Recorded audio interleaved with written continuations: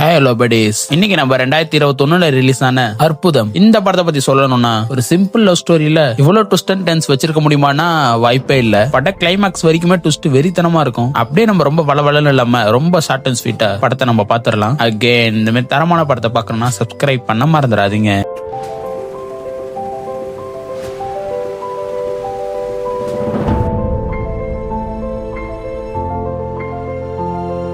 இங்க சூர்யான்ற இந்த ஒரு பையன் மொட்டை மாடியில நின்னுங்கன்னு ஒர்க் ப்ரெஷர்ல வாழவே விருப்பம் இல்லன்ட்டு சாகலாமன்ட்டு ரெடியா இருக்க, என்னோட சாவுக்கு நான் தான் காரணம், வேற யாருமே காரணம் இல்லன்ட்டு அவனுக்கு மெசேஜ் பண்ணிட்டு குதிக்கலான்ட்டு இருக்கும்போது, இந்த பக்கம் வெண்ணிலான்ற ஒரு பொண்ணுக்கும் வீட்டுல பார்த்த மாப்பிள்ள பிடிக்காம அவளுமே சாவலாம் ரெடியா இருக்கா. ஆனா அந்த சமயத்துல சூர்யா பண்ண மெசேஜ் வெண்ணிலாக்கு வேற அவளுமே அதிர்ச்சியில, என்னடா அது என் நம்பர்ல இருந்து எனக்கு மெசேஜ் வந்திருக்கேன் யாரா நீ கேப்பா. என்னடா மெசேஜ் வந்திருக்கேன் சூர்யாவுமே அந்த பக்கம் எடுத்து பார்த்தா, என் நம்பர்ல இருந்து எனக்கு மெசேஜ் வந்திருக்கேன் சொல்லிட்டு அவனுமே ஷாக் ஆயிடுறான். உடனே அவன் நம்பருக்கு அவன் ஃபோன் பண்ணி பார்க்க ஸ்பீக்கிங் டு சம்மன் எல்ஸ்னு வருது. இந்த பக்கம் வெண்ணிலாவுமே அவங்க அம்மா கால் பண்ணிருப்பாங்க. உங்க அப்பா ஹாஸ்பிட்டல்ல சீரியஸா இருக்காருன்னு சொல்ல, எவ்வளவுமே சூசைட் பண்ணிக்கலாம்னு இருந்த தாட்டியை மறந்து போயிட்டு அவங்க அப்பா பாக்குறதுக்காக போயிடுறா. இந்த ஷாக்ல சூசைட் எல்லாம் பண்ணிக்காம நம்ம சூர்யாவுமே கஸ்டமர் கேர்க்கெல்லாம் போன் பண்ணி ஒரே நம்பரை 2 பேர் யூஸ் பண்ண முடியுமா சொல்லிட்டு கேட்கறான். யாராம பைத்தியக்காரன் சொல்லிட்டு அவங்களுமே போனை கட் பண்ணிடுறாங்க. இந்த மேட்டரை ஃப்ரெண்டு கிட்ட சொல்ல, ஃப்ரெண்டும் அவனோட போனை வாங்கி ஃபர்ஸ்ட் நீ என் கூட டேட்டிங் வந்துட்டு போன்ல மெசேஜ் பண்ணி விடுறான். அதுக்கப்புறம் வெளியிலாவும் அந்த மெசேஜை பார்த்துட்டு, என்னடா நினைச்சுக்கிற நீ என்ன பத்திட்டு பயங்கரமா திட்டி விட்டுறா. இவனுமே ஒரு சயின்டிஸ்ட் மீட் பண்ணி 2 பேரும் ஒரே நம்பர் யூஸ் பண்ண முடியுமா சொல்லிட்டு கேட்க, அதெல்லாம் சாத்தியமே கிடையாது தம்பி, டைம் டிராவல் பண்ணா மட்டுமே இது சாத்தியம் அப்படின்னு சொல்றாரு.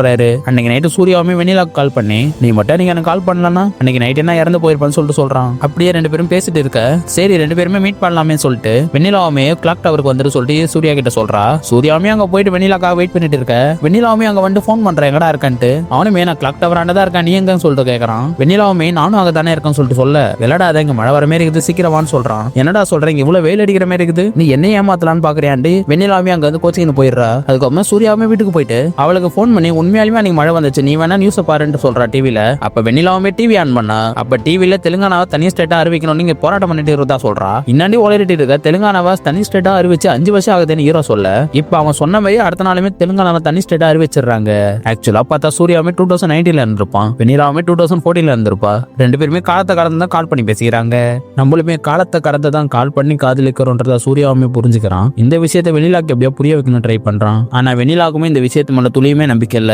ஆனா வெண்ணிலா வீட்லயுமே ஆல்ரெடி பொண்ணு பார்த்துட்டு போயிருப்பாங்க. ஆனா அவளுமே அவங்க அப்பா கிட்ட என்ன ஜெர்மனில ஆட்டோமொபைல் கோர்ஸ் படிக்கணும்னு சொல்லிருப்பேன், ப்ளீஸ் என்ன விடுங்கப்பான்னு சொல்றா. அதே தான் நீ 2 வருஷமா சொல்லின்னு இருக்க, இதான் உனக்கு லாஸ்ட் எக்ஸாம் சொல்லியிருக்கல, இதுல ஃபெயில் ஆனா கம்பல்சரி உனக்கு கல்யாணம் தான் சொல்லிடுறாரு. வெண்ணிலாவுக்குமே வேற வழி இல்லாதனாலையும் நம்பிக்கை எல்லாத்தையுமே, உன்னால எனக்கு 2014 எக்ஸாம் பேப்பர் ரெடி பண்ணி தர முடியுமாட்டு சூர்யா கிட்ட கேட்கறா. அவனுமே ஸ்டார்டிங்ல இதெல்லாம் தப்புன்னு சொல்றான். இருந்தாலும் அவனுமே அதை எப்படியோ கஷ்டப்பட்டு ரெடி பண்ணி கொஸ்டினோட ஆன்சர் கீஸ் மட்டும் சொல்லி தரான். வெண்ணிலாவுமே ஆன்சர் கீ மட்டும் படிச்சுட்டு போய் எக்ஸாமே எழுதுறா. அதனால எப்படி வெண்ணிலாவுமே பாஸ் ஆயிடுறா. இப்பதான் வெண்ணிலாவுமே 2 பேருமே வேற டைம் லைன்ல இருக்காங்கன்றதும் புரிய வருது. இப்படியே பேசிட்டு இருக்கல கொஞ்சம் கொஞ்சமா வெண்ணிலாவுமே சூர்யாவை லவ் பண்ண ஆரம்பிச்சிடுறா. ஒரு கட்டத்துல அவனுக்கு ப்ரொபோஸ் பண்ணலாமன்ட்டு அங்க இருக்க ஒரு பெஞ்சில எழுதி காட்டுறா. இத பாக்குற சூர்யாவுமே, சாரி எனக்கு லவ் எல்லாம் இன்ட்ரெஸ்ட் இல்ல, 5 வருஷத்துக்கு முன்னாடி நான் ஒரு பொண்ணை லவ் பண்ணேன், அந்த பொண்ணு தான் நான் ஒண்ணுமே லவ் பண்ணிட்டு இருக்கிறதா சொல்றான். இதை கேட்கிற வெண்ணிலாவுக்குமே ரொம்பவுமே கஷ்டமாயிடுது. கரெக்டா அந்த நேரம் பார்த்து ஒரு பையன் வெண்ணிலா கிட்ட வந்து ப்ரொபோஸ் பண்றான். இதை பார்த்த வெண்ணிலாவுமே, நானே லவ் ஃபெயிலியர்ல இருக்கேன், எனக்கு வந்து நீ ப்ரொபோஸ் பண்றேன்ட்டு அந்த பையனுமே அடிச்சிடுறா. ஆக்சுவலா ட்விஸ்ட் என்ன, 5 வருஷத்துக்கு முன்னாடி சூர்யா லவ் பண்ண பொண்ணு வெண்ணிலாவா தான் இருந்திருக்கும். இவங்க 2 பேரும் நேர்ல மீட் பண்ணிக்க மாட்டாங்கன்றதுனால அடையாளம் தெரியாம போயிட்டு இருக்கும்.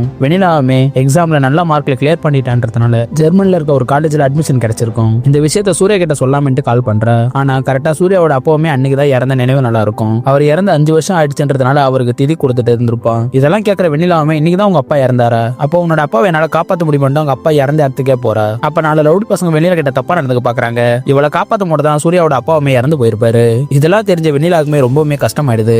இப்ப அவளோட போனுமே அந்த இடத்துல மிஸ் பண்ணிடுறா. அதனால சூர்யா கிட்ட பேச முடியாமலே போயிடுது. வெண்ணிலாவுமே அவர் 2 பேர் பேசியிருந்த அந்த போனுமே எப்படியாவது கிடைச்சிடணும் ரொம்ப நேரம் தேடி பாக்குறா. கிடைக்காதுன்னு தெரிஞ்சதுக்கு அப்புறமே வேற வழி இல்லாதனால மறுநாள் காலையில எப்படியுமே சூர்யா அவங்க அப்பா சுடுகாட்டுல இருப்பாங்கல்ல, அப்ப எப்படியாவது சூர்யா பத்தி எல்லா உண்மையும் சொல்லிடலாம் மாட்டாங்க போறா. அங்க போனவன தான் ஹீரோனுக்கு சரியான ஷாக்கு. இப்பதான் அவளுமே யார் சூர்யான்றதே பாக்குறா. பார்த்ததும் தான் அவளுக்குமே புரிய வருது, இவகிட்ட ப்ரொபோஸ் பண்ண வந்ததும் 2019 இவ ப்ரொபோஸ் பண்ணதும் ஒரே ஆளுன்னு. இவனுமே சரின்ட்டு முன்னாடி போய் பேசலாமட்டு போறா. சூர்யாமே தன்னோட அப்பாவுக்கு நெருப்பு வச்சிருப்பான். அதுல வர வெப்பம் அவன் மேல பட அவனுமே மயக்க போட்டு வந்துடுறான். அப்புறம் அங்க இருந்து எல்லாரும் அவனை கூட்டிட்டு போயிடுறாங்க. வெண்ணிலா வாலியுமே அப்பா அவங்க கிட்ட எதுவுமே கன்வே பண்ண முடியல. அப்படியே இப்ப 2019 இருக்கிற ஹீரோவை காட்டுறாங்க. இவனுமே வெண்ணிலா கிட்ட பேச முடியலன்ற வெக்ஸ்லயுமே அவனால என்ன பண்றதுன்னு தெரியாம இருக்கவே கஷ்டப்பட்டு இருக்கான். அப்ப அவனோட ஃப்ரெண்டு வந்து 6 மாசத்துக்கு முன்னாடி காப்பி ஃபைல்லாம் இருக்குல்ல, அதெல்லாம் எனக்கு வேணும்டா எங்கடா வச்சுக்கிற சொல்லிட்டு கேட்கறான். சரிண்டு அதை தேடிட்டு இருக்கும்போது லேப்டாப்ல அப்பதான் ஹீரோக்கு ஒன்று ஸ்ட்ரைக் ஆகுது. அப்போ இவங்களோட ஃபோன் பேசிட்டு இருக்கையில ஹீரோனி, எனக்கு என்னெல்லாம் நிறைவேறாத ஆசை இருக்கோ அது எல்லாத்தையுமே எழுதி இந்த கோயில வைப்பேன்னு சொல்லிட்டு ஒரு கோயில சொல்றா. உடனே நம்ம ஹீரோவுமே அந்த கோயிலுக்கு போறான். அந்த சிலைக்கு கீழே ஏதாவது இருக்குதா சொல்லிட்டு பார்க்க அவன் நினைச்ச மாதிரி அங்க ஒரு கவர் ஒன்று இருக்கு.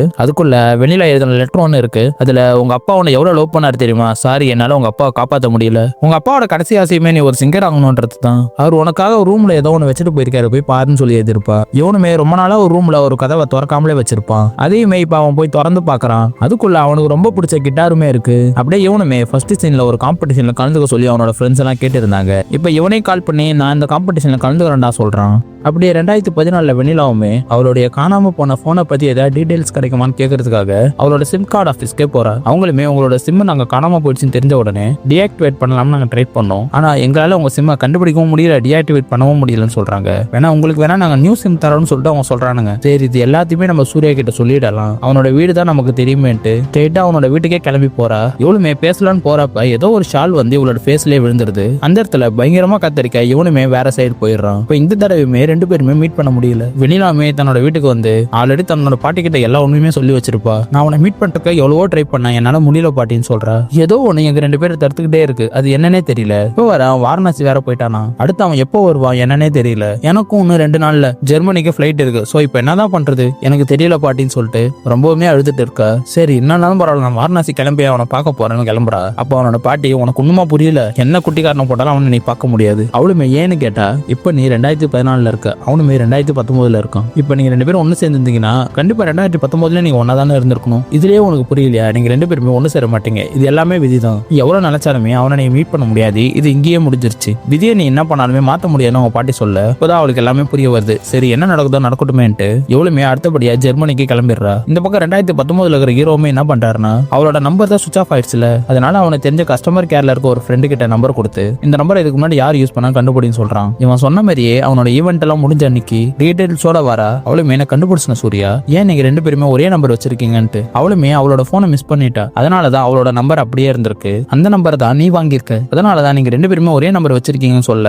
சரி இப்ப அவ எங்க இருக்கான்னு கண்டுபிடிச்சிட்டான்ட்டு சூர்யா கேட்க, இல்ல சூர்யா இதை நான் உங்ககிட்ட எப்படி சொல்றதுன்னு தெரியல, இதே நாள்ல ஒரு 5 வருஷத்துக்கு முன்னாடி வெண்ணிலா ஒரு கார் ஆக்சிடென்ட்ல இறந்துட்டா. வெண்ணிலாவோட ஃபேஸ பார்த்ததுக்கு அப்புறம் தான் இப்பதான் இவனுக்குமே புரிய வருது, பாஸ்ட்ல நான் ப்ரொபோஸ் பண்ண பொண்ணுமே ஃபியூச்சர்ல எனக்கு ப்ரொபோஸ் பண்ண பொண்ணுமே ஒரே ஆளுன்ட்டு.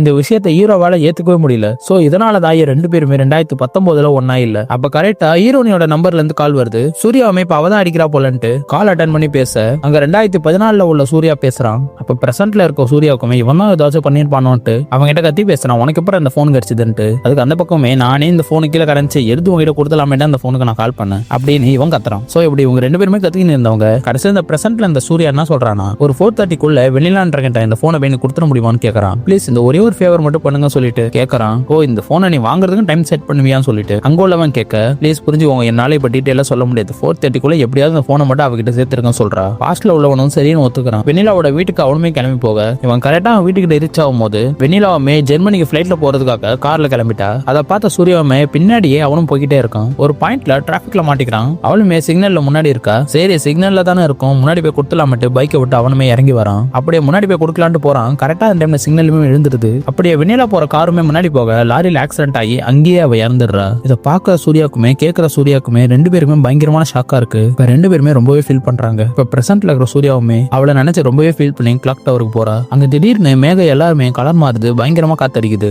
என்னன்னு பார்த்தா ஹீரோனி வந்து பின்னாடி நிக்கிறா. இவங்க ரெண்டு பேராலுமே அதை நம்பவே முடியல. அப்படியே ரெண்டு பேருமே வேகமா வந்து ஹக் பண்ணிக்கிறாங்க. அப்பதான் சூர்யாவுமே கேட்கறான், உனக்கு தான் ஆக்சிடென்ட் ஆயிடுச்சுன்னு சொன்னாங்களே, எப்படி அங்க நீ தப்பிச்சேன்னு சொல்லிட்டு கேட்க, இப்பதான் இந்த பிளாஷ்பேக்ல உண்மையா நடந்துச்சுன்னு சொல்லிட்டு காட்டுறாங்க. சூர்யாமே அந்த சிக்னல் ஸ்டக்கா இருக்கும்போது அங்க 2014 உள்ள ஹீரோவோட ஃப்ரெண்ட அவ பாத்திருப்பா. சரி அவங்க கிட்ட பேசலாமேன்ட்டு அவளுமே காரை விட்டு வெளில போயிருப்பா. அந்த டைம்ல தான் கார் ஆக்சிடென்ட் ஆயிருக்கும். சோ இவ அந்த வண்டியில இல்லவே இல்ல. சோ அடுத்த நாள் நியூஸ் பேப்பர்லயுமே தெரியாம இவதான் இறந்ததா போட்டுருவாங்க. அதுக்கு அடுத்த நாள் இல்ல அவ உயிரோட தான் இருக்கான்னு சொல்லிட்டு நியூஸ் பேப்பர்லயுமே போட்டுருவாங்கன்னு வெண்ணிலா சொல்றேன். அப்படியே நானுமே ஜெர்மனி போய் என்னோட கோர்ஸ் எல்லாத்தையுமே முடிச்சிட்டேன். அப்ப நீ இவ்வளவு நாளா எங்க இருந்தேன் சூர்யா கேட்க, நான் உன் கூட தான் இருந்தேன்னு சொல்லிட்டு வெண்ணிலா சொல்றேன். ஆமா டெய்லி உனக்கு மார்னிங் ஃபுட் அனுப்புறாங்களோ, யார் அனுப்புறேன்? நான் தான் உனக்கு அனுப்புறேன். அது மட்டும் இல்ல ஃபர்ஸ்ட் டைம் நீ கிளாக் டவருக்கு வந்தப்ப அப்போ உங்ககிட்ட ஒருத்தன் வந்து கொடையை கொடுத்துருப்பான். அந்த கொடையை கொடுத்து விட்டவனே நான் தான். நானுமே உன் கூட பேசலாம்னு ஒரு நாள் கால் பண்ணேன். ஆனா உன்கிட்ட என்னால கனெக்ட் பண்ணவே முடியல. போனுமே கட் ஆகிட்டே இருந்துச்சு. ஒரு நாள் நீ கார்ல போயிட்டு இருக்கும்போது பின்னாடி பேசலாம்னு வந்துட்டு இருந்தேன். அப்ப நீ ஒரு காரோட போய் மோதி ஆக்சிடென்ட் ஆயிடுச்சு. சோ நம்ம மீட் பண்ண கூடாதுன்னு ஏதோ நடக்குது போல. அதனால தான் நான் அவனை பாக்குறத மொத்தமா அவாய்ட் பண்ணேன். கிட்டத்தட்ட 5 வருஷம் உனக்காக நான் வெயிட் பண்ண சொல்றேன். இப்ப ஹீரோமே ரொம்ப எமோஷனல் ஆயிடுறான். நம்ம ரெண்டு பேரோட போனுமே கட் ஆனதுமே இதே நாள் தான் நினைக்கிறேன். அதனால நம்ம ரெண்டு பேரும் இப்ப மீட் பண்ணும்போது எந்த ஒரு ப்ராப்ளமும் நடக்கல. இப்படியே ரெண்டு பேருமே ஒன்னு சேர்ந்துடுறாங்க.